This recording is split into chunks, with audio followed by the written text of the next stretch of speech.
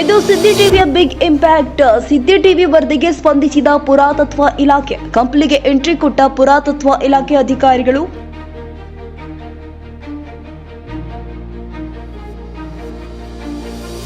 ಮಂಟಪಕ್ಕೆ ಭೇಟಿ ನೀಡಿ ಪರಿಶೀಲನೆ ಮಾಡಿದ್ದಾರೆ ಅಧಿಕಾರಿಗಳು. ಅತಿ ಶೀಘ್ರದಲ್ಲೇ ಮಂಟಪ ಜೀರ್ಣೋದ್ಧಾರ.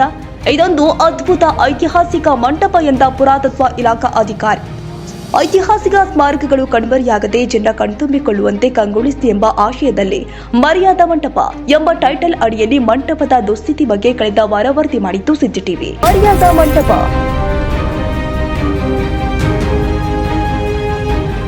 ನಮ್ಮ ವರದಿಗೆ ಸ್ಪಂದಿಸಿದ ಪುರಾತತ್ವ ಇಲಾಖೆ ಕಮಲ್ಪುರದ ಅಧಿಕಾರಿಗಳು ಇಂದು ಕಂಪ್ಲಿ ಕೋಟೆಯಲ್ಲಿ ಇರುವ ಐತಿಹಾಸಿಕ ವಿಘ್ನೇಶ್ವರ ಮಂಟಪಕ್ಕೆ ಭೇಟಿ ನೀಡಿದ್ದಾರೆ. ಭೇಟಿ ನೀಡಿ ಪರಿಶೀಲನೆ ಕೂಡ ಮಾಡಿದ್ದಾರೆ. ಸುಮಾರು 1 ಗಂಟೆಗಳ ಕಾಲ ಮಂಟಪವನ್ನು ಸಂಪೂರ್ಣ ಪರಿಶೀಲನೆ ಮಾಡಿ ಮಾತನಾಡಿದ ಪುರಾತತ್ವ ಸಂಗ್ರಹಾಲಯಗಳು ಹಾಗೂ ಪರಂಪರೆ ಇಲಾಖೆ ಕಮಲಪುರದ ಉಪ ನಿರ್ದೇಶಕರು ಆದ ಡಾಕ್ಟರ್ ಆರ್ ಶೇಜೇಶ್ವರ್ ಮಾತನಾಡಿ, ಇದೊಂದು ಅದ್ಭುತ ಮಂಟಪ. ಈ ಮಂಟಪ ತುಂಗಾ ನದಿಯಲ್ಲಿ ಇದ್ದು ಇಷ್ಟು ವರ್ಷಗಳಾದರೂ ಕೂಡ ಮಂಟಪಕ್ಕೆ ಏನೂ ಆಗಿಲ್ಲ. ಈ ಮಂಟಪವನ್ನು ಉಳಿಸಿಕೊಳ್ಳುವ ಜವಾಬ್ದಾರಿ ಸ್ಥಳೀಯರದ್ದು ಹಾಗೂ ನಮ್ಮ ಇಲಾಖೆಯದ್ದು. ಇದು ಮಂಟಪದ ಪರಿಶೀಲನೆ ಮಾಡಿ ಮಾಹಿತಿ ತೆಗೆದುಕೊಂಡಿದ್ದೇವೆ. ಮೇಲಧಿಕಾರಿಗಳ ಜೊತೆ ಮಾತನಾಡಿ ಅತಿ ಶೀಘ್ರದಲ್ಲಿ ಈ ಮಂಟಪವನ್ನು ಜೀರ್ಣೋದ್ಧಾರ ಕೂಡ ಮಾಡಲಾಗುತ್ತೆ ಎಂದರು. ಈಗಾಗಲೇ ಒಂದು ವಾರದ ಕೆಳಗಡೆ ಇದೊಂದು ಸಿದ್ದು ಟಿವಿಯಲ್ಲಿ ನ್ಯೂಸ್ ಬಂದಿತ್ತು. ಸಿದ್ದು ಟಿವಿಯ ನಿರೂಪಕರು ಸಹ ಬಂದು ನ್ಯೂಸ್ ಮಾಡಿರೋ ಭೇಟಿಯಾಗಿದ್ದರು. ಅದಕ್ಕೆ ನಾನು ಮಂಗಳವಾರ ಬಂದು ನೋಡಿ ಪರಿಶೀಲನೆ ಮಾಡಿ ಇದ್ರ ಬಗ್ಗೆ ಕ್ರಮ ಕೈಗೊಳ್ಳಕ್ಕೆ ನಮ್ಮ ಮೇಲಾಧಿಕಾರಿಗಳಿಗೆ ಗಮನಕ್ಕೆ ತರ್ತೀನಿ ಅಂತ ಹೇಳಿದ್ದೀನಿ. ಹಾಗಾಗಿ ಇವತ್ತು ನಾನು ಉಪನಿರ್ದೇಶಕ ನಾನು ಮತ್ತು ಅಸಿಸ್ಟೆಂಟ್ ಆರ್ಕಿಯಾಲಜಿಸ್ಟು ಮತ್ತು ನಮ್ಮ ಇಂಜಿನಿಯರು ಟೀಮ್ ಸಮೇತ ನಾವು ಇವತ್ತು ಸ್ಥಳ ಪರಿಶೀಲನೆ ಮಾಡೋಕ್ಕೆ ಬಂದ್ವಿ. ಸ್ಥಳ ಪರಿಶೀಲನೆ ಮಾಡೋಕ್ಕೆ ಬಂದಾಗ ಇದು ಸ್ಮಾರಕ ಬಂದು ನಮ್ಮ ಇಲಾಖೆಯ ಸಂರಕ್ಷಿತ ಸ್ಮಾರಕವಾಗಿಲ್ಲ ಅಂತ ಹೇಳಿ ಬಂತು. ಆದರೆ ಇದೊಂದು ಇಂಪಾರ್ಟೆಂಟ್ ಮಾನ್ಯುಮೆಂಟ್ ಆಗಿರೋದ್ರಿಂದ ಇದೊಂದು ಸಂರಕ್ಷಣೆ ಮಾಡ್ತಕ್ಕಂಥದ್ದು ನಮ್ಮೆಲ್ಲರ ಕರ್ತವ್ಯ ಮತ್ತು ಇಲಾಖೆ ಕರ್ತವ್ಯ ಸಹ.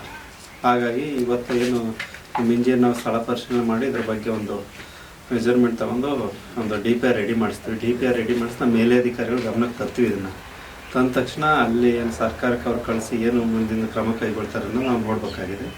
ಬಟ್ ಒಂದು ಅದ್ಭುತವಾದ ಇದು ಒಂದು ಮಂಟಪ ಇದು. ಆ್ಯಕ್ಚುಲಿ ನೋಡಿ, ಇಷ್ಟು ವರ್ಷ ನದಿ ನೀರು ಹರಿದ್ರೂ ಸಹ ಇವತ್ತಿನವರೆಗೂ ಏನೂ ಆಗಿಲ್ಲ. ಏನೋ ಫ್ಲಡ್ ಬಂದು ನೀರು ಬಂದು ನಿಂತ್ಕೊಂಡಾಗ ಇದ್ರೊಳಗಡೆ ಕಸ ಕಡ್ಡಿ ಎಲ್ಲ ನಿಂತಿದ್ದು ಈ ಲೋಕಲ್ ಅವ್ರು ಏನಾದ್ರು ಕ್ಲೀನ್ ಮಾಡಿಲ್ಲ ಅನ್ನೋ ಒಂದು ಉದ್ದೇಶಕ್ಕೆ ಇದೀಗ ಆಗಿರ್ಬೋದು. ಆಮೇಲೆ ಮೇಲ್ಗಡೆ ಎಲ್ಲ ಗಿಡ ಗಂಟೆ ಎಲ್ಲ ಬೆಳೆದವು. ಅದು ಇಲಾಖೆನೂ ಮಾಡ್ತಕ್ಕಂಥ ಕೆಲಸ, ಸಾರ್ವಜನಿಕರು ಮಾಡ್ತಕ್ಕಂಥ ಕೆಲಸ. ನಮ್ಮ ಇಲಾಖೆ ಗಮನಕ್ಕೆ ಬಂದಿದ್ವಿ, ಮೇಲಾಧಿಕಾರಿ ಗಮನಕ್ಕೆ ಬಂದು ಇದೆಲ್ಲ ಕ್ಲೀನಿಂಗ್ ಮಾಡಿಸೋದಕ್ಕೂ ನಾವು ವ್ಯವಸ್ಥೆ ಮಾಡಿ ಲೋಕಲ್ ಅವರು ಸಹ ಇದ್ರ ಬಗ್ಗೆ ಕ್ರಮ ಕೈಗೊಂಡ್ರೆ ತುಂಬ ಉತ್ತಮ. ಹಾಗೂ ಸಾರ್ವಜನಿಕರಿಂದ ಏನಾರು ನಮಗೆ ಇದ್ರ ಬಗ್ಗೆ ಹೆಚ್ಚಿನ ಒಂದು ಆಸಕ್ತಿ ಇದ್ದು ಅವ್ರು ಬಂದರೆ ಮಾತ್ರ ನಮ್ಮಂಥ ಇಂಥ ರಾಜ್ಯಾದ್ಯಂತ ದೇಶಾದ್ಯಂತ ಇರ್ತಕ್ಕಂಥ ಒಂದು ಸ್ಮಾರಕನ ಸಂರಕ್ಷಣೆ ಮಾಡ್ಬೋದು ಅಂತ ಈ ಸಂದರ್ಭದಲ್ಲಿ ಧನ್ಯವಾದಗಳು. ಇದೇ ಸಂದರ್ಭದಲ್ಲಿ ಐತಿಹಾಸಿಕ ಮಂಟಪವನ್ನು ಉಳಿಸಿಕೊಳ್ಳುವ ನಿಟ್ಟಿನಲ್ಲಿ ವರದಿ ಮಾಡಿದ ಸಿದ್ದಿ ಟಿವಿಗೆ ಸ್ಥಳೀಯರು ಧನ್ಯವಾದ ಹೇಳಿದ್ದಾರೆ. ಡಾಕ್ಟರ್ ಆರ್ ಶೇಜೇಶ್ವರ್ ಅವರ ನೇತೃತ್ವದ ತಂಡ ಮಂಟಪದ ಸಂಪೂರ್ಣ ವಾಸ್ತವಿಕ ಪರಿಶೀಲಿಸಿ ಮಂಟಪದ ಮೇಜರ್ಮೆಂಟ್ ಹಾಗೂ ಚಿತ್ರೀಕರಣ ಮಾಡಿದ್ರು. ವೀಕ್ಷಕರೇ, ಐತಿಹಾಸಿಕ ಸ್ಮಾರಕಗಳು ನಶಿಸಿ ಹೋಗದೆ ನವೀಕರಣಗೊಂಡು ಐತಿಹಾಸಿಕ ಕಂಪ್ಲಿಯ ಗತ ವೈಭವೀಕರಿಸಲಿ. ಇಂತಹ ಎಷ್ಟೋ ಸ್ಮಾರಕಗಳು, ಪುಷ್ಕರಣಿಗಳು ಹಾಗೂ ಶಿಲೆಗಳು ಕಣ್ಮರೆಯಾಗ್ತಾ ಇದೆ. ಅವುಗಳನ್ನು ಕಾಪಾಡಿಕೊಳ್ಳುವುದು ನಮ್ಮೆಲ್ಲರ ಕರ್ತವ್ಯವಾಗಿದೆ. ನಮ್ಮ ವರದಿಗೆ ಸ್ಪಂದಿಸಿ ಕಂಪ್ನಿಗೆ ಭೇಟಿ ನೀಡಿದ ಪುರಾತತ್ವ ಇಲಾಖೆಗೆ ಸಿದ್ದಿ ಟಿವಿ ಧನ್ಯವಾದ ತಿಳಿಸುತ್ತೆ. ರಘುವೀರ್, ಸಿದ್ದಿ ಟಿವಿ, ಐತಿಹಾಸಿಕ ಕಂಪ್ಲಿ.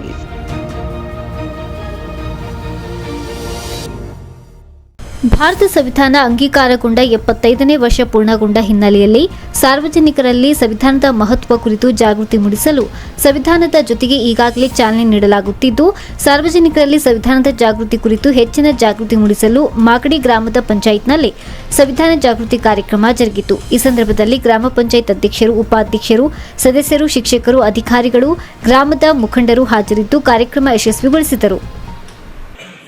ಈ ಒಂದು ಸಂವಿಧಾನ ಜಾಗೃತ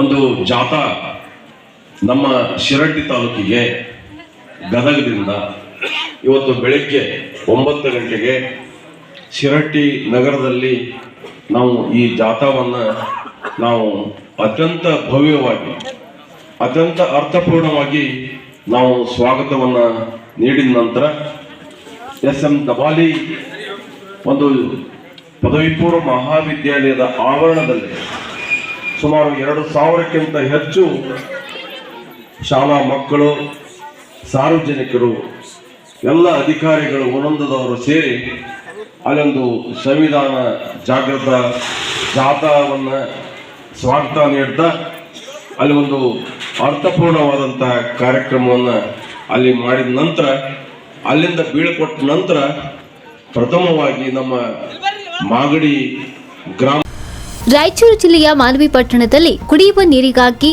ಹಾಹಾಕಾರ ಸೃಷ್ಟಿಯಾಗಿದ್ದು 19ನೇ ವಾರ್ಡ್ನ ನಿವಾಸಿಗಳು ಪುರಸಭೆ ಕಚೇರಿಗೆ ಮುತ್ತಿಗೆ ಹಾಕಿ ಗಂಗಾಧರಪ್ಪ ವಿರುದ್ಧ ಆಕ್ರೋಶ ವ್ಯಕ್ತಪಡಿಸಿದ್ದಾರೆ. ಶಾಸಕ ಹಂಪಯ್ಯ ನಾಯಕರೇ ಎಲ್ಲಿದ್ದೀರಿ?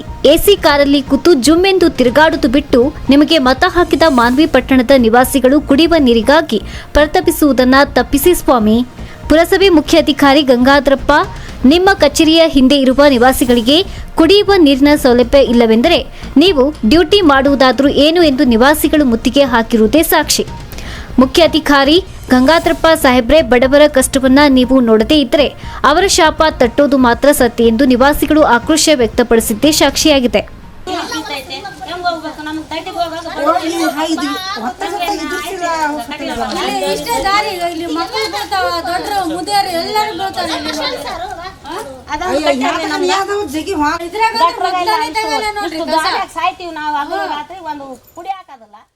ಪುಲ್ವಾಮಾ ದಾಳಿಯಲ್ಲಿ ದೇಶಕ್ಕಾಗಿ ಮಡಿದ ಯೋಧರ ಸವಿ ನೆನಪಿನಲ್ಲಿ ಮಾಜಿ ಅರೆ ಸೇನಾ ಪಡೆಗಳ ಮಾಜಿ ಯೋಧರ ಕ್ಷೇಮಾಭಿವೃದ್ಧಿ ಸಂಘದ ವತಿಯಿಂದ ಬೃಹತ್ ಸಮಾವೇಶ ಆಯೋಜನೆ ಮಾಡಿದ್ದು, ಸದರಿ ಕಾರ್ಯಕ್ರಮಕ್ಕೆ ರಾಜ್ಯದ ಮುಖ್ಯಮಂತ್ರಿ ಸಿದ್ದರಾಮಯ್ಯ, ಉಪಮುಖ್ಯಮಂತ್ರಿ ಡಿಕೆ ಶಿವಕುಮಾರ್ ಸೇರಿದಂತೆ ರಾಜ್ಯದ ಹಲವು ನಾಯಕರಿಗೆ ಆಹ್ವಾನ ನೀಡಲಾಗಿದೆ ಅಂತ ಐಜಿ ಅರ್ಕೇಶ್ ಹೇಳಿದ್ದಾರೆ. ಕೇಂದ್ರೀಯ ಅರೆಸೇನಾ ಪಡೆಗಳ ಮಾಜಿ ಯೋಧರ ಕ್ಷೇಮಾಭಿವೃದ್ಧಿ ಸಂಘದ ವತಿಯಿಂದ ಯಲಹಂಕದಲ್ಲಿ ಆಯೋಜನೆ ಮಾಡಲಾಗಿದ್ದ ಸುದ್ದಿಗೋಷ್ಠಿಯಲ್ಲಿ ಮಾತನಾಡಿದರು. ಕೇಂದ್ರೀಯ ಅರೆಸೇನಾ ಪಡೆಗಳ ಮಾಜಿ ಯೋಧರ ಕ್ಷೇಮಾಭಿವೃದ್ಧಿ ಸಂಘದ ವತಿಯಿಂದ 2019 ಫೆಬ್ರವರಿ 14ರಂದು ಜಮ್ಮು ಮತ್ತು ಕಾಶ್ಮೀರದ ಪುಲ್ವಾಮಾ ಬಳಿ ಉಗ್ರರ ದಾಳಿಯಲ್ಲಿ ಹುತಾತ್ಮರು ಆದಂತಹ ಸಿಆರ್ಪಿಎಫ್ ವೀರ ಯೋಧರ ಹಾಗೂ ದೇಶಕ್ಕಾಗಿ ಪ್ರಾಣ ತ್ಯಾಗ ಮಾಡಿದ ಎಲ್ಲ ಹುತಾತ್ಮ ಯೋಧರಿಗೂ 5ನೇ ವಾರ್ಷಿಕ ಸ್ಮರಣಾಂಜಲಿ ಕಾರ್ಯಕ್ರಮವನ್ನು group centre CRPF campus Doddaballapur ರಸ್ತೆ ಯಲಹಂಕ ಬೆಂಗಳೂರು ಇಲ್ಲಿ ಆಯೋಜನೆ ಮಾಡಲಾಗಿದೆ. ದೇಶಕ್ಕಾಗಿ 24 ಗಂಟೆಗಳ ಸೇವೆ ಸಲ್ಲಿಸುವ ಅರೆಸೇನಾ ಪಡೆಗಳ ಕುಂದುಕೊರತೆಗಳು ಸಾಕಷ್ಟಿವೆ. ಈ ಕುರಿತು ಸರ್ಕಾರದ ಗಮನಕ್ಕೆ ತರಲು ಹಾಗೂ ದೇಶಕ್ಕಾಗಿ ತಮ್ಮ ಪ್ರಾಣವನ್ನ ಕಳೆದುಕೊಂಡ ಅರೆಸೇನಾ ಪಡೆಗಳ ಯೋಧರ ಸ್ಮರಣಾರ್ಥವಾಗಿ ಬೃಹತ್ ಸಮಾವೇಶವನ್ನ ಆಯೋಜನೆ ಮಾಡಲಾಗಿದೆ. ಈ ಕಾರ್ಯಕ್ರಮದಲ್ಲಿ ಸರ್ವರು ಪಾಲ್ಗೊಂಡು ಕಾರ್ಯಕ್ರಮವನ್ನು ಯಶಸ್ವಿಗೊಳಿಸಬೇಕು ಅಂತ ಮನವಿ ಮಾಡಿದರು. ಭೂಸೇನೆ, ವಾಯುಸೇನೆ ಹಾಗೂ ನೌಕಾಸೇನೆಗೆ ಸಿಗುವ ಸೌಲಭ್ಯಗಳು ಅರೆಸೇನಾ ಪಡೆಗಳಿಗೆ ಸಿಗ್ತಾ ಇಲ್ಲ. ಸರ್ಕಾರಿ ಸೌಲಭ್ಯಗಳಿಂದ ವಂಚಿತರಾಗಿದ್ದೇವೆ. ನಿವೃತ್ತಿ ನಂತರ ಪಿಂಚಣಿ ಸೇರಿದಂತೆ ಹಲವು ಸೌಲಭ್ಯಗಳಿಗೆ ಪರದಾಡುವಂತಹ ಪರಿಸ್ಥಿತಿ ಅರೆಸೇನಾ ಪಡೆಯ ಯೋಧರಿಗೆ ಎದುರಾಗಿದೆ. ಈ ಕುರಿತು ಸರ್ಕಾರದ ಮಟ್ಟದಲ್ಲಿ ಅರೆಸೇನಾ ಪಡೆಗಳ ಯೋಧರಿಗೆ ಸೌಲಭ್ಯ ಒದಗಿಸುವ ನಿಟ್ಟಿನಲ್ಲಿ ಪ್ರತ್ಯೇಕ ಬೋರ್ಡ್ ವ್ಯವಸ್ಥೆಯಾಗಬೇಕಾಗಿದೆ. ಕೇವಲ ಸೌಲಭ್ಯಕ್ಕಾಗಿ ಅಲ್ಲದೆ ದೇಶ ಸೇವೆ ಸಲ್ಲಿಸಿರುವ ಯೋಧರ ಕುಂದುಕೊರತೆಗಳನ್ನು ಆಲಿಸಿ ಪರಿಹರಿಸುವಲ್ಲಿ ಸರ್ಕಾರ ಶ್ರಮಿಸಬೇಕಾಗಿದೆ. ಈ ಕುರಿತು ನಮ್ಮ ಬೃಹತ್ ಸಮಾವೇಶದಲ್ಲಿ ಸರ್ಕಾರಕ್ಕೆ ಒತ್ತಾಯ ಮಾಡಲಿದ್ದೇವೆ ಎಂದರು. ಸಂಘದ ಅಧ್ಯಕ್ಷರು ಆದ ನರಸಿಂಹರೆಡ್ಡಿ ಮಾತನಾಡಿ, ಕಾರ್ಯಕ್ರಮದಲ್ಲಿ 5,000ಕ್ಕೂ ಹೆಚ್ಚು ಮಾಜಿ ಯೋಧರು ಭಾಗಿಯಾಗುವ ನಿರೀಕ್ಷೆ ಇದ್ದು, ಇದೊಂದು ಐತಿಹಾಸಿಕ ಕಾರ್ಯಕ್ರಮವಾಗಲಿದೆ. ಸರ್ಕಾರಕ್ಕೆ ನಮ್ಮ ಬೇಡಿಕೆ ಹಾಗೂ ಒತ್ತಾಯಗಳನ್ನು ಮಂಡಿಸಲಿದ್ದೇವೆ. ದೇಶಕ್ಕಾಗಿ ತಮ್ಮ ಪ್ರಾಣವನ್ನ ಮುಡಿಪಿಟ್ಟ ಯೋಧರ ಕುಂದುಕೊರತೆಗಳಿಗೆ ಸರ್ಕಾರ ಸ್ಪಂದಿಸಬೇಕಾಗಿದೆ ಅಂತ ಹೇಳಿದರು. ಸಂಘದ ರಾಜ್ಯ ಪ್ರಧಾನ ಕಾರ್ಯದರ್ಶಿ ಅನಂತ್ ರಾಜಗೋಪಾಲ್ ಮಾತನಾಡಿ, ಈ ಕಾರ್ಯಕ್ರಮವು ವಿಶೇಷವಾಗಿದ್ದು, ಇದು ಕೇವಲ ಪುಲ್ವಾಮಾ ದಾಳಿಯಲ್ಲಿ ಹುತಾತ್ಮರ ಯೋಧರಿಗೆ ಅಷ್ಟೇ ಅಲ್ಲದೆ ಈವರೆಗೂ ದೇಶಕ್ಕೆ ಸೇವೆ ಸಲ್ಲಿಸಿ ಹುತಾತ್ಮರು ಆಗಿರುವಂತಹ 35,000 ಯೋಧರ ಸ್ಮರಣಾರ್ಥವಾಗಿ ಈ ಕಾರ್ಯಕ್ರಮವನ್ನು ಆಯೋಜನೆ ಮಾಡಲಾಗಿದೆ. ಕಾರ್ಯಕ್ರಮಕ್ಕೆ ರಾಜ್ಯದ ಉಪಮುಖ್ಯಮಂತ್ರಿಗಳು ಆದಂತಹ ಡಿಕೆ ಶಿವಕುಮಾರ್ ಸೇರಿದಂತೆ ಹಲವು ಪ್ರಮುಖರು ಮುಖ್ಯ ಅತಿಥಿಗಳಾಗಿ ಭಾಗಿಯಾಗಲಿದ್ದಾರೆ. ಈ ಹಿಂದೆ ಮುಖ್ಯಮಂತ್ರಿ ಸಿದ್ದರಾಮಯ್ಯ ಅವರು ಅರೆಸೇನಾ ಪಡೆಗಳಿಗೆ ಪ್ರತ್ಯೇಕ ಬೋರ್ಡ್ ಘೋಷಣೆ ಮಾಡಿದರೂ ಕಾರಣಾಂತರಗಳಿಂದ ಆ ಬೋರ್ಡ್ ತೆರೆಯಲಾಗಿದೆ. ಅರೆಸೇನಾ ಪಡೆಗಳಿಗೆ ಘೋಷಣೆ ಮಾಡಿದ ಪ್ರತ್ಯೇಕ ಬೋರ್ಡ್ ಅನ್ನು ಮರುಸ್ಥಾಪಿಸುವಂತೆ ಈ ಸಮಾವೇಶದಲ್ಲಿ ಒತ್ತಾಯಿಸಲಾಗಿದೆ ಎಂದರು. ಸುದ್ದಿಗೋಷ್ಠಿಯಲ್ಲಿ ಮಾಜಿ ಯೋಧರು ಆದ ನರಸಿಂಹಮೂರ್ತಿ, ಕೃಷ್ಣಪ್ಪ ಸೇರಿದಂತೆ ಮತ್ತಿತರರು ಉಪಸ್ಥಿತರಿದ್ದರು. ಶಿವಕುಮಾರ ಸ್ವಾಮಿ, ಸಿದ್ದಿ ಟಿವಿ, ಯಲಹಂಕ. ಬಗ್ಗೆ ಗೊತ್ತು, ಅವರು ಸಮುದ್ರದಲ್ಲಿದ್ದಾರೆ, ಇವರು ಏರೋಪ್ಲೇನ್ ಓಡಿಸ್ತಾರೆ, ದೇಶದ ರಕ್ಷಣೆ ಮಾಡ್ತಾರೆ. ಗಡಿಯನ್ನು ಕಾಯೋರು ಸೈನಿಕರು ದೇಶ ಸೇವೆಯಲ್ಲಿ ಪ್ರಾಣ ತ್ಯಾಗ ಮಾಡ್ತಾರೆ ಅಂತ. ಆದ್ರೆ ಈ ಇಂಟರ್ನಲ್ ಡಿಸ್ಟ್ರಿಬ್ಯೂಷನ್ ಆಫ್ ಡ್ಯೂಟೀಸ್, ಯಾರ್ಯಾರ ಕರ್ತವ್ಯ ಏನು, ಯಾವ್ಯಾವ ಸಮಸ್ಯೆಗಳನ್ನ ಹೇಗೆ ಎದುರಿಸ್ತಾರೆ ಅಂತ ಅನ್ನೋದು ಶ್ರೀಸಾಮಾನ್ಯರಿಗೆ ಗೊತ್ತಿಲ್ಲ. ಹಲವಾರು ವಿದ್ಯಾವಂತರಿಗೂ ಗೊತ್ತಿಲ್ಲ, ಹಲವಾರು ಆಫೀಸರ್ಗಳಿಗೂ ಗೊತ್ತಿಲ್ಲ. ನಾವು ಆಂತರಿಕ ಸುರಕ್ಷತೆಗೆ ಎಲ್ಲಿ ಏನೇ ಧಕ್ಕೆ ಬಂದ್ರು ತಕ್ಷಣ ಬರುವಂತವ್ರು ನಾವು. ಕಮ್ಯುನಲ್ ರೈಟ್ಸ್ ಎಲ್ಲೇ ಆದ್ರೂ ಪ್ರತಿ 300 ಕಿಲೋಮೀಟರ್ ರೇಡಿಯಸ್ ನಲ್ಲಿ ಒಂದೊಂದು ರ್ಯಾಪಿಡ್ ಆಕ್ಷನ್ ಫೋರ್ಸ್ ನ ಬೆಟಾಲಿಯನ್ ಇರುತ್ತೆ. ಅವರು ತಕ್ಷಣ ಆ ಜಾಗಕ್ಕೆ ಬರ್ತಾರೆ. ಈಗ ಮೈಸೂರಿನಲ್ಲಿ ಒಂದು ಹಿಂದೂ ಮುಸ್ಲಿಂ ಗಲಾಟೆ ಆದ್ರೆ ತಕ್ಷಣ ಬರ್ತಾರೆ. ಅವ್ರಿಗೆ ಈಗಾಗಲೇ ಶಾಂತಿ ಸಂದರ್ಭದಲ್ಲಿ ಏನ್ ಮಾಡ್ತಾರೆ, ಆ ಪ್ರದೇಶದಲ್ಲಿ ಹಿಂದೆ ಏನೇನು ಘಟನೆಗಳಾಗಿದ್ವು, ಇಲ್ಲಿ ಯಾರು ಲೀಡರ್ಗಳು, ಅವ್ರ ಹತ್ರ ಏನೇನು ಇಂಟೆಲಿಜೆನ್ಸ್, ಅವ್ರ ಬಗ್ಗೆ ಏನು ಆಯುಧಗಳು ಇಟ್ಕೊಂಡಿದ್ದಾರೆ, ಯಾರನ್ನ ಟಾರ್ಗೆಟ್ ಮಾಡ್ಕೊಂಡು ಅವ್ರು ಅಟ್ಯಾಕ್ ಮಾಡುವ ಸಂಭವ ಇದೆ, ಯಾವ ಪ್ರದೇಶದಲ್ಲಿ ರಕ್ಷಣೆ ಕೊಡಬೇಕು, ಇದನ್ನ ಎನ್ರೇಜ್ ಆಗಿ ಬೇರೆಯವರು ಏನು ರಿಯಾಕ್ಷನ್ ಮಾಡಬಹುದು, ಇದನ್ನೆಲ್ಲ ಸ್ಟಡಿ ಮಾಡ್ಕೊಂಡಿದ್ದು ಈ ಕಮ್ಯುನಲ್ ರೈಟ್ಸ್ ನ ಅದು ಶುರು ಆದ ಕೂಡಲೇ ಅದನ್ನ ನಿಯಂತ್ರಿಸುವ ಪಾತ್ರನ ರ್ಯಾಪಿಡ್ ಆಕ್ಷನ್ ಫೋರ್ಸ್ ಮಾಡುತ್ತೆ. ಅದೇ ರೀತಿ ಭೂಕಂಪ ಆದ್ರೆ ರಾತ್ರಿ ನಮ್ಮ ಇಲಾಖೆಯ ಜನ ಹೋಗ್ತಾರೆ. ದೇಶದಾದ್ಯಂತ ಎಲ್ಲಿ ಏನೇ ಘಟನೆ ನಡೆದ್ರು, ಈಗ ಇಂದಿರಾ ಗಾಂಧಿಯವರ ಹತ್ಯೆ ಆಯಿತು, ತಕ್ಷಣ ದೇಶಾದ್ಯಂತ ರಕ್ಷಣೆ ಕೊಟ್ಟವರು CRPF ನವರು. ಇವರೆಲ್ಲ ಅನ್ಸಂಗ್ ಹೀರೋಸ್. ನಮ್ಮಲ್ಲಿ ನಾನು ಹೇಳಿದ್ನಲ್ಲ 35,000 ಜನ ಪ್ರಾಣತ್ಯಾಗ ಮಾಡಿದ್ದಾರೆ. ಇಷ್ಟು ಜನ ಯುದ್ಧದಲ್ಲಿ ಸತ್ತಿಲ್ಲ. ನಮ್ಮ 4 ಯುದ್ಧಗಳಲ್ಲಿ ಇಷ್ಟು ಜನ ಸತ್ತಿಲ್ಲ. ಆರ್ಮಿ, ನೇವಿ, ಏರ್ಫೋರ್ಸ್ಗೆ ಯುದ್ಧ ಕಾಲದಲ್ಲಿ ಮಾತ್ರ ಮುಖ್ಯ ಪಾತ್ರ ಬರುತ್ತೆ ಹೊರತು ಶಾಂತಿ ಸಂದರ್ಭದಲ್ಲಿ ಅವರ ರೋಲ್ ಇಲ್ಲ. ಆದ್ರೆ ನಮಗೆ ದಿನನಿತ್ಯವೂ ಯುದ್ಧನೇ. ಕಾಶ್ಮೀರದಂತಹ ಜಾಗದಲ್ಲಿ, ಹಿಮ ಸುರಿತಾ ಇರುವಂತಹ ಜಾಗದಲ್ಲಿ ಆ ಬರ್ಫ್ನಲ್ಲಿ ನಿಂತ್ಕೊಂಡು ಯಾವ 360 ಡಿಗ್ರಿಯಲ್ಲಿ ಯಾವ ಕಡೆಯಿಂದಾದ್ರೂ ಒಂದು ಗುಂಡು ಬರ್ಬೋದು. ಒಂದು ಸ್ಕೂಲ್ಗೆ ಹೋಗ್ತಾ ಇರೋ ಹುಡುಗ ಅವನ ಬ್ಯಾಗಿಂದ ಗ್ರೆನೇಡ್ ತೆಗೆದು CRPF ನವ್ರ ಮೇಲೆ ಎಷ್ಟ ಉದಾಹರಣೆಗಳಿದಾವೆ. ಬುರ್ಕಾ ಹಾಕೊಂಡು ಹೋಗ್ತಾ ಇರೋ ಹೆಂಗಸು ಬುರ್ಕಾದ ಒಳಗಿಂದ ಪಿಸ್ಟಲ್ ತಗೊಂಡು ನಮ್ಮ ಆಫೀಸರ್ಗಳನ್ನ ಶೂಟ್ ಮಾಡಿರೋ ನಿದರ್ಶನಗಳಿದಾವೆ. ಮತ್ತೆ ಎಲ್ಲಿ ಯಾವಾಗ ಏನ್ ಅಪಾಯ ಕಾದಿದೆ ಅಂತ ಗೊತ್ತಿಲ್ಲ. ನಮ್ಮ ಜನ ವರ್ಷದಲ್ಲಿ ಸುಮಾರು 10 ತಿಂಗಳು ತಮ್ಮ ಕುಟುಂಬದಿಂದ ದೂರ ಇರ್ತಾರೆ. ಅವರು ಅವರ ಸಂಸಾರದ ಸುಖನ ತ್ಯಾಗ ಮಾಡಿರ್ತಾರೆ. ಅವರ ಫ್ಯಾಮಿಲೀಸ್ ಎಲ್ಲೋ ಒಂದ್ ಕಡೆ ಇರುತ್ತೆ, ಮಕ್ಕಳು ಒಂದ್ ಕಡೆ ಓದ್ತಾ ಇರ್ತಾರೆ, ತಂದೆ ತಾಯಿಗಳು ಒಂದ್ ಕಡೆ ಇರ್ತಾರೆ, ಇವನು ಇನ್ನೆಲ್ಲೋ ಇರ್ತಾನೆ. ಅವನಾಗೆ ಸೂಕ್ತವಾದ ಅಕಾಮಿಡೇಷನ್ ಇರಲ್ಲ. ಯಾಕೆಂದ್ರೆ ಎಲ್ಲೆಲ್ಲಿ ಏನೇನು ಕಠಿಣ ಕೆಲಸಗಳು ಬರ್ತವೆ, ಎಲ್ಲೆಲ್ಲಿ ಚಾಲೆಂಜಸ್ ಬರುತ್ತೆ ಅಲ್ಲಿ ಹೋಗ್ತಾರೆ. ಇಲ್ಲಿ ರಾಯಟ್ಸ್ ಆಗ್ತಾ ಇದೆ, ಬೆಂಕಿ ಉರಿತಾ ಇದೆ ಅಂತ ಅನ್ನೋ ಸಂದರ್ಭದಲ್ಲಿ ನನಗೆ ಅಕಾಮಿಡೇಷನ್ ಎಲ್ಲಿದೆ, ನನ್ಗೆ ಊಟ ಎಲ್ಲಿದೆ ಅಂತ ಅವನು ಕೇಳೋ ಹಾಗಿಲ್ಲ. ಅವನು ತಕ್ಷಣ ಬಂದು ರಕ್ಷಣೆ ಕೊಡಬೇಕು. ಬಟ್ ಅವನು ಮನುಷ್ಯನೇ. ಅವನು ಬಂದವನು ಅವನು ಎಲ್ಲಿ ಬಾತ್ರೂಮ್ಗೆ ಹೋಗ್ತಾನೆ, ಅವನು ಎಲ್ಲಿ ಸ್ನಾನ ಮಾಡ್ತಾನೆ, ಏನು ಊಟ ಮಾಡ್ತಾನೆ, ಯಾವಾಗ ಊಟ ಮಾಡಿದ್ದ ಹಿಂದೆ, ಇದನ್ನ ಯಾರೂ ಕೇಳಲ್ಲ. ಅಂತಹ ಸಂದರ್ಭಗಳಲ್ಲಿ ನಮ್ಮವರ ತ್ಯಾಗ ಬಲಿದಾನಗಳು ಅಪಾರ. ಆದ್ರಿಂದ ನಾನು ಅವ್ರನ್ನ ಅನ್ಸಂಗ್ ಹೀರೋಸ್ ಅಂತ, ಹಲವಾರು ಜನ ಹೀರೋಸ್ ಗೊತ್ತಾಗುತ್ತೆ ದೇಶಕ್ಕೆ. ನಮ್ಮ ಈ ಹೀರೋಸ್ ಬಗ್ಗೆ ದೇಶಕ್ಕೆ ಗೊತ್ತಿಲ್ಲ. ಮೀಡಿಯಾದವರು ಅವ್ರ ಕೆಲಸ ಏನು, ಹೇಗಿದ್ದಾರೆ ಅನ್ನೋದನ್ನ ಹೈಲೈಟ್ ಮಾಡೋದು ಕೂಡ ನಿಮ್ಮ ಕರ್ತವ್ಯ. ಲೋಕಸಭಾ ಚುನಾವಣೆ ನಿಮಿತ್ತವಾಗಿ ಮುಂಜಾಗ್ರತಾ ಕ್ರಮವಾಗಿ ರೂಟ್ ಮಾರ್ಚ್ ಜಮಖಂಡಿ ಡಿವೈಎಸ್ಪಿ ಶಾಂತಿವೀರ ನೇತೃತ್ವದಲ್ಲಿ ರೂಟ್ ಮಾರ್ಚ್ ನಡೆಸಲಾಯಿತು. ಜಮಖಂಡಿ ನಗರ ಹಾಗೂ ಹುನ್ನೂರು ಗ್ರಾಮದ ಪ್ರಮುಖ ಬೀದಿಗಳಲ್ಲಿ ರೂಟ್ ಮಾರ್ಚ್ ಮಾಡಲಾಯಿತು. RAF 79 battalion assistant commandant Naveen Kumar, DYSP Shantaveer ಹಾಗೂ ಗ್ರಾಮೀಣ ಪೊಲೀಸ್ ಠಾಣೆ PSI ಮಹೇಶ್ ಸಂಘ ಒಳಗೊಂಡಂತೆ 50 ಜನ RAF ಸಿಬ್ಬಂದಿ, 50 ಜನ ಪೊಲೀಸ್ ಸಿಬ್ಬಂದಿ, ಒಟ್ಟು 100 ಜನ ರೂಟ್ ಮಾರ್ಚ್ನಲ್ಲಿ ಭಾಗವಹಿಸಿದ್ದರು. Bureau report Praveen Siddi, TV Jamkhandi.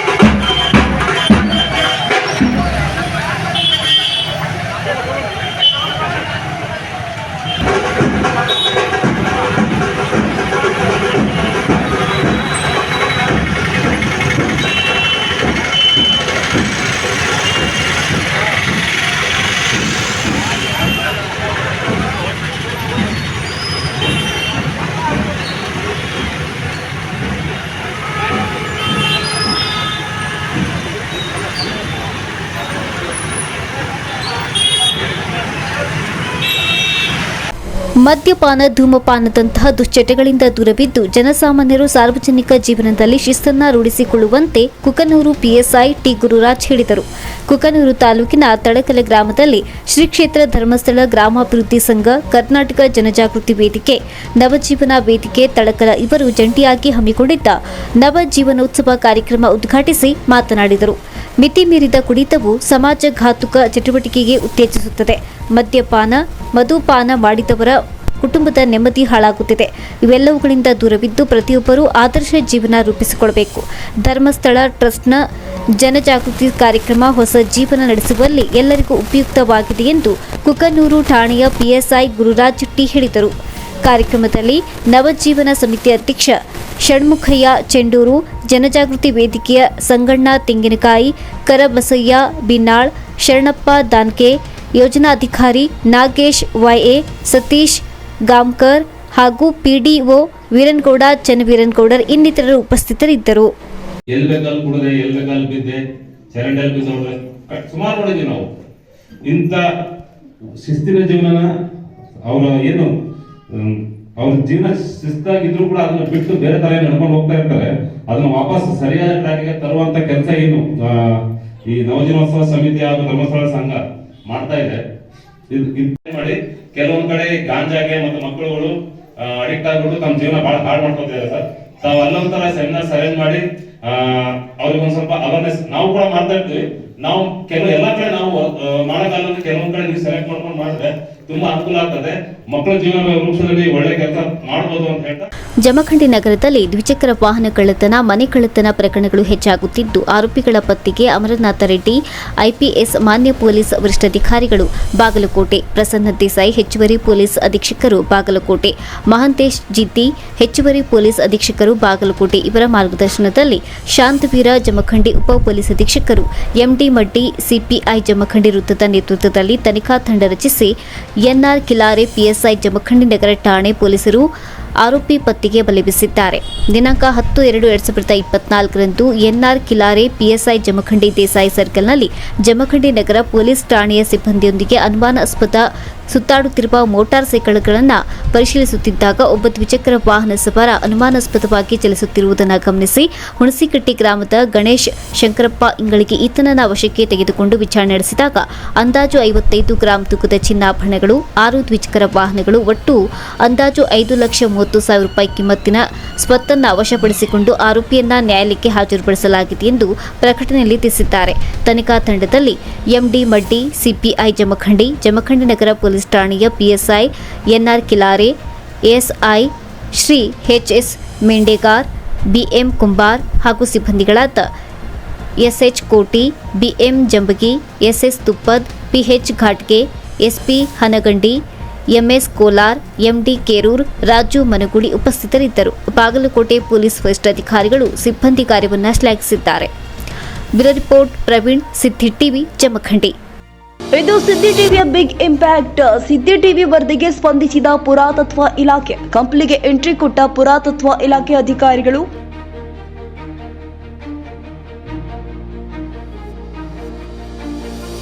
ಮಂಟಪಕ್ಕೆ ಭೇಟಿ ನೀಡಿ ಪರಿಶೀಲನೆ ಮಾಡಿದ್ದಾರೆ ಅಧಿಕಾರಿಗಳು. ಅತಿ ಶೀಘ್ರದಲ್ಲೇ ಮಂಟಪ ಜೀರ್ಣೋದ್ಧಾರ.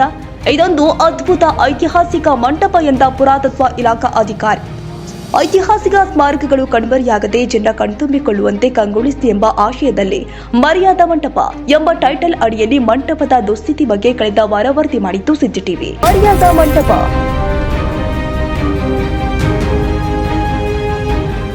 ನಮ್ಮ ವರದಿಗೆ ಸ್ಪಂದಿಸಿದ ಪುರಾತತ್ವ ಇಲಾಖೆ ಕಮಲ್ಪುರದ ಅಧಿಕಾರಿಗಳು ಇಂದು ಕಂಪ್ಲಿಕೋಟೆಯಲ್ಲಿ ಇರುವ ಐತಿಹಾಸಿಕ ವಿಘ್ನೇಶ್ವರ ಮಂಟಪಕ್ಕೆ ಭೇಟಿ ನೀಡಿದ್ದಾರೆ. ಭೇಟಿ ನೀಡಿ ಪರಿಶೀಲನೆ ಕೂಡ ಮಾಡಿದ್ದಾರೆ. ಸುಮಾರು 1 ಗಂಟೆಗಳ ಕಾಲ ಮಂಟಪವನ್ನು ಸಂಪೂರ್ಣ ಪರಿಶೀಲನೆ ಮಾಡಿ ಮಾತನಾಡಿದ ಪುರಾತತ್ವ ಸಂಗ್ರಹಾಲಯಗಳು ಹಾಗೂ ಪರಂಪರೆ ಇಲಾಖೆ ಕಮಲಪುರದ ಉಪ ನಿರ್ದೇಶಕರು ಆದ ಡಾಕ್ಟರ್ ಆರ್ ಶೇಜೇಶ್ವರ್ ಮಾತನಾಡಿ, ಇದೊಂದು ಅದ್ಭುತ ಮಂಟಪ.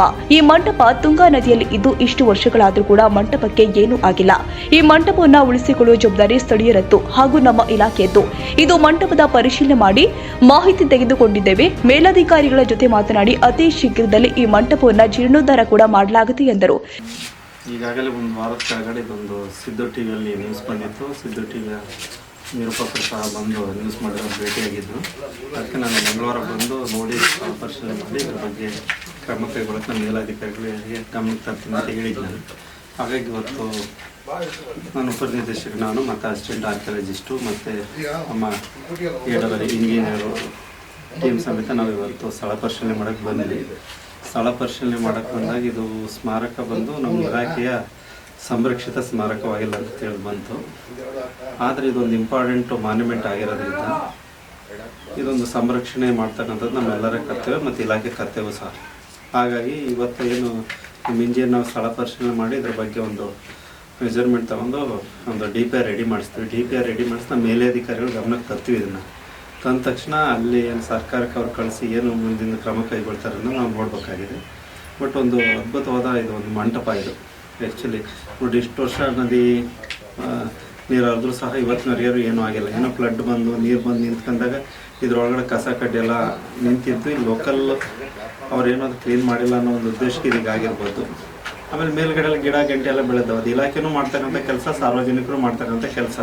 ನಮ್ಮ ಇಲಾಖೆ ಗಮನಕ್ಕೆ ಬಂದಿದ್ವಿ, ಮೇಲಾಧಿಕಾರಿ ಗಮನಕ್ಕೆ ಬಂದು ಇದೆಲ್ಲ ಕ್ಲೀನಿಂಗ್ ಮಾಡಿಸೋದಕ್ಕೂ ನಾವು ವ್ಯವಸ್ಥೆ ಮಾಡಿ ಲೋಕಲ್ ಅವರು ಸಹ ಇದ್ರ ಬಗ್ಗೆ ಕ್ರಮ ಕೈಗೊಂಡ್ರೆ ತುಂಬ ಉತ್ತಮ. ಹಾಗೂ ಸಾರ್ವಜನಿಕರಿಂದ ಏನಾರು ನಮಗೆ ಇದ್ರ ಬಗ್ಗೆ ಹೆಚ್ಚಿನ ಒಂದು ಆಸಕ್ತಿ ಇದ್ದು ಅವ್ರು ಬಂದರೆ ಮಾತ್ರ ನಮ್ಮಂಥ ಇಂಥ ರಾಜ್ಯಾದ್ಯಂತ ದೇಶಾದ್ಯಂತ ಇರ್ತಕ್ಕಂಥ ಒಂದು ಸ್ಮಾರಕನ ಸಂರಕ್ಷಣೆ ಮಾಡ್ಬೋದು ಅಂತ ಈ ಸಂದರ್ಭದಲ್ಲಿ ಹೇಳಿಸ್ತೇನೆ. ಧನ್ಯವಾದಗಳು. ಇದೇ ಸಂದರ್ಭದಲ್ಲಿ ಐತಿಹಾಸಿಕ ಮಂಟಪವನ್ನು ಉಳಿಸಿಕೊಳ್ಳುವ ನಿಟ್ಟಿನಲ್ಲಿ ವರದಿ ಮಾಡಿದ ಸಿದ್ದಿ ಟಿವಿಗೆ ಸ್ಥಳೀಯರು ಧನ್ಯವಾದ ಹೇಳಿದ್ದಾರೆ. ಡಾಕ್ಟರ್ ಆರ್ ಶೇಜೇಶ್ವರ್ ಅವರ ನೇತೃತ್ವದ ತಂಡ ಮಂಟಪದ ಸಂಪೂರ್ಣ ವಾಸ್ತವಿಕ ಪರಿಶೀಲಿಸಿ ಮಂಟಪದ ಮೇಜರ್ಮೆಂಟ್ ಹಾಗೂ ಚಿತ್ರೀಕರಣ ಮಾಡಿದ್ರು. ವೀಕ್ಷಕರೇ, ಐತಿಹಾಸಿಕ ಸ್ಮಾರಕಗಳು ನಶಿಸಿ ಹೋಗದೆ ನವೀಕರಣಗೊಂಡು ಐತಿಹಾಸಿಕ ಕಂಪ್ಲಿಯ ಗತ ವೈಭವೀಕರಿಸಲಿ. ಇಂತಹ ಎಷ್ಟೋ ಸ್ಮಾರಕಗಳು, ಪುಷ್ಕರಣಿಗಳು ಹಾಗೂ ಶಿಲೆಗಳು ಕಣ್ಮರೆಯಾಗ್ತಾ ಇದೆ. ಅವುಗಳನ್ನು ಕಾಪಾಡಿಕೊಳ್ಳುವುದು ನಮ್ಮೆಲ್ಲರ ಕರ್ತವ್ಯವಾಗಿದೆ. ನಮ್ಮ ವರದಿಗೆ ಸ್ಪಂದಿಸಿ ಕಂಪ್ಲಿಗೆ ಭೇಟಿ ನೀಡಿದ ಪುರಾತತ್ವ ಇಲಾಖೆಗೆ ಸಿದ್ದಿ ಟಿವಿ ಧನ್ಯವಾದ ತಿಳಿಸುತ್ತೆ. ರಘುವೀರ್, ಸಿದ್ದಿ ಟಿವಿ, ಐತಿಹಾಸಿಕ ಕಂಪ್ಲಿ.